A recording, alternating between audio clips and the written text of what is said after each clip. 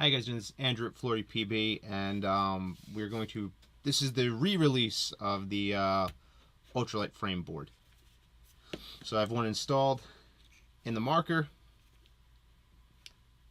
and we'll go through some of the new settings and the new things that it does.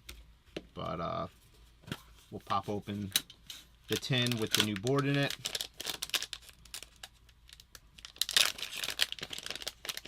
And we'll explain some of the features that are happening with this board.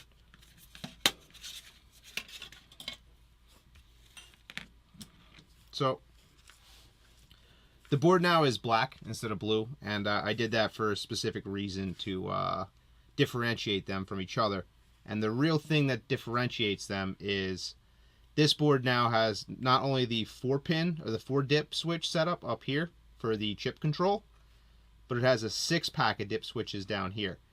And what this 6-pack does is it turns the I button into a power button to cut power from the battery. So it's the first way to just cut power from the board, so they can't drain any power with the old DM4 style chip in it. And the reason I did it this way first for like these boards is because now you can put any chip in here and you still have the same battery cutoff functionality with it, so you can cut the battery from the board, or cut the battery from the chip and cut it from drawing power. Additionally to that, we have added both the this would be your PM5 PM6I ribbon, the 4-pin or the 4-prong ribbon, and this is your PMR PM8 ribbon, the 3-pin ribbon. Of course, we have the traditional die 3-pin JST connector and the solenoid connector, and this is for the battery. These are just the easiest to source 9-volt adapters, and that's why I use them for these boards.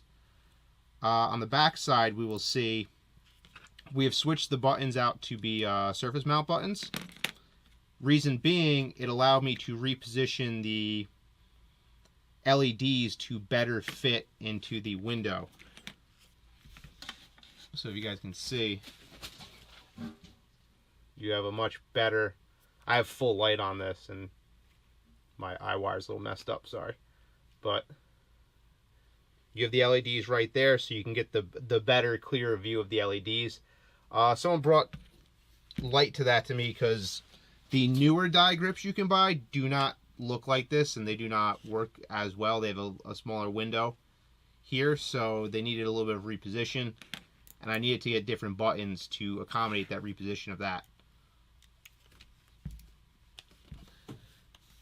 But from there, the install is exactly the same. Take the old one out, put the new one in. Now, we will go over the newer features first on the manual, and then we'll go back to the traditional manual stuff if you guys require it. But let me peel this off.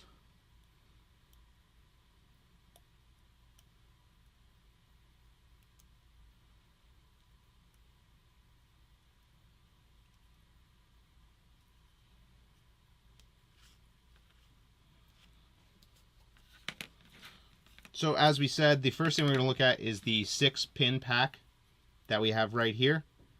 So we have 1, 2, 3, 4, 5, and 6. When you have it where 1, 2, and 3 are down and 4, 5, and 6 are up and towards the on position, that means that this is going to behave like an old DM5 board or DM4 board, where this is your power button to turn the board on and off, and this is your I button to turn the eyes on and off. And it will drain the battery. If you're playing a tournament or something like that, I would almost suggest doing this and setting this up. Let me zoom in here so you can see better. Sorry.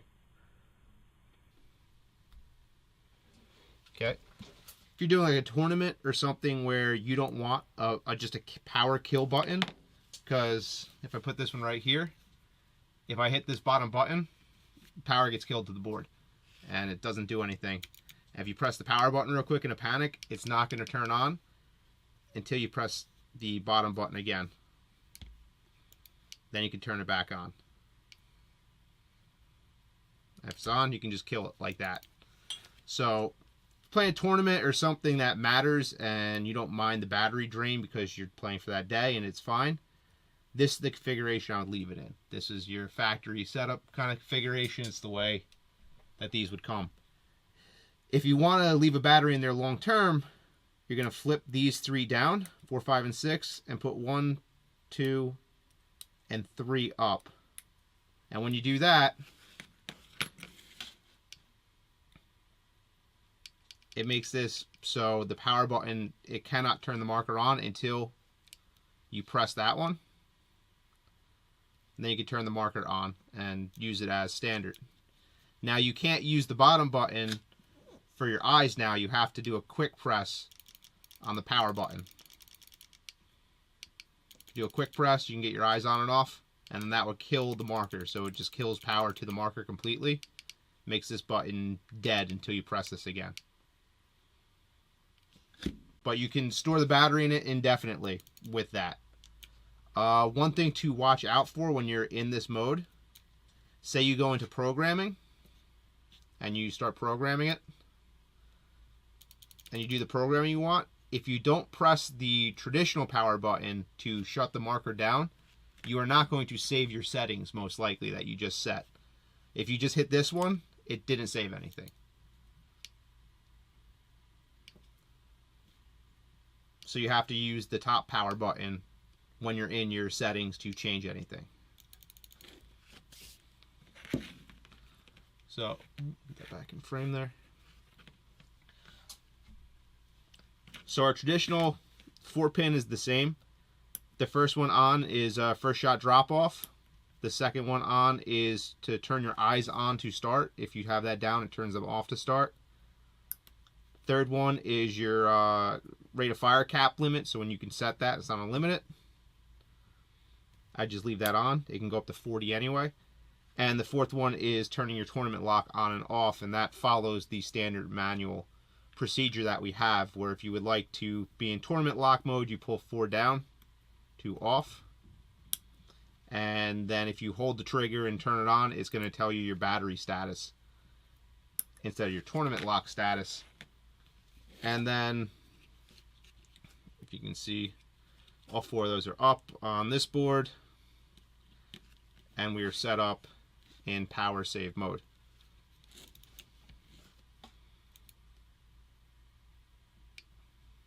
So traditional setup, let me zoom out a touch, I guess.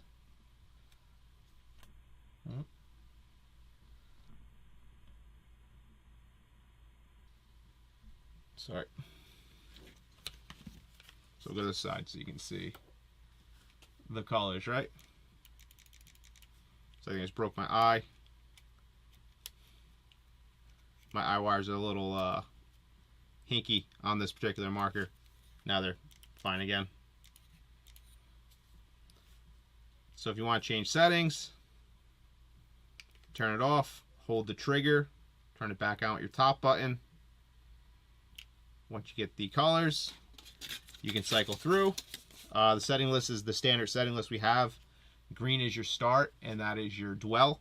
It's set to 18 stock. Red is next. That's your rate of fire. This is going to be set to 10 stock, but it goes from 1 to 40.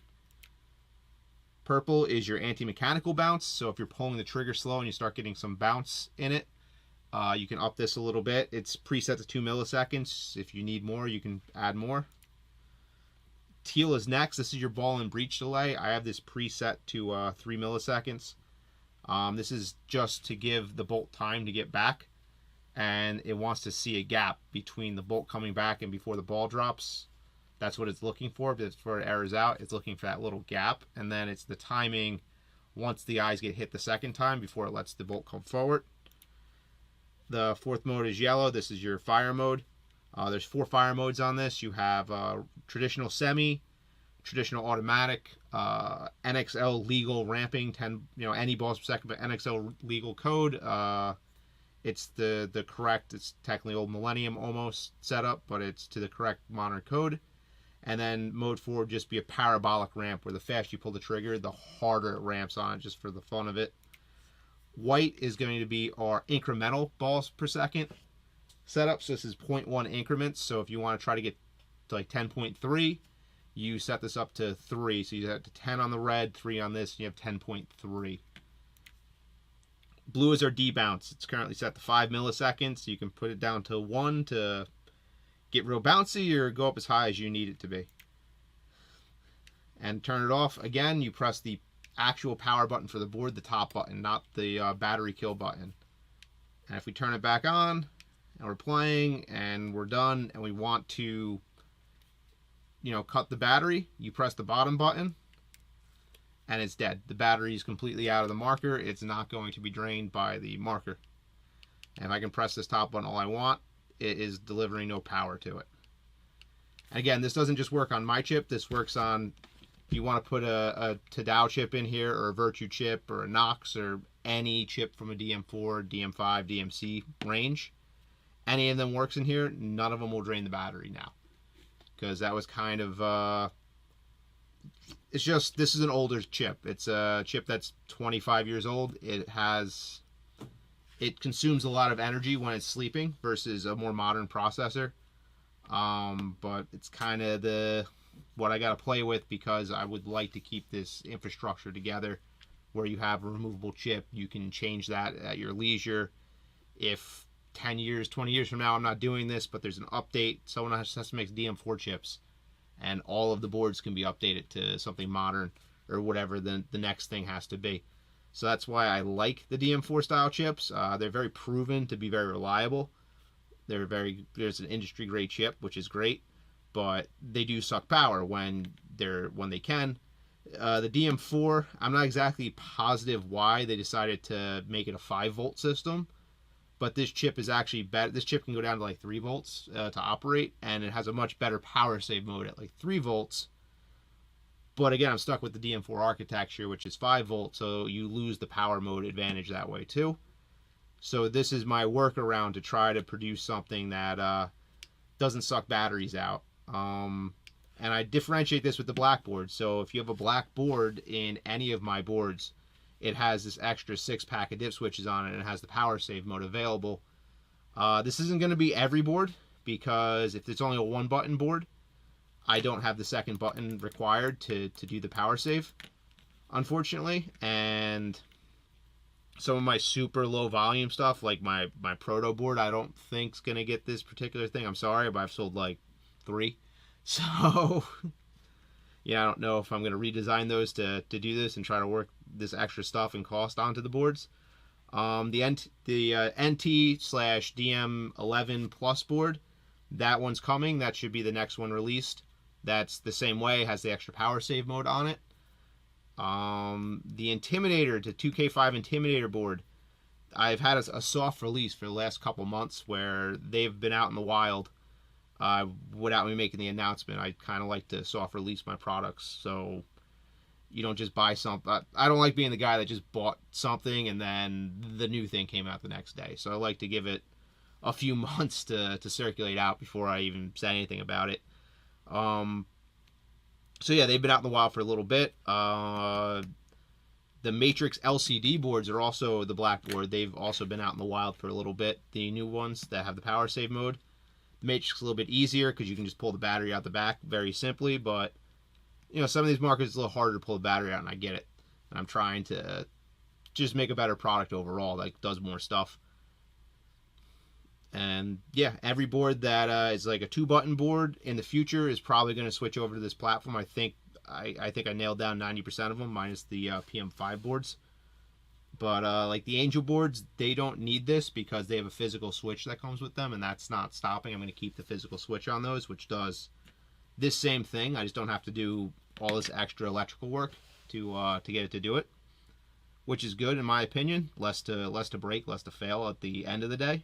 Even though these are solid state components, but still, less components is better in my opinion. And yeah, that's about it. These are going to go on sale very soon. Obviously new tins, boards in the marker, and yeah, this is Andrew at FloryPB. This is the new Ultralite board. Take care.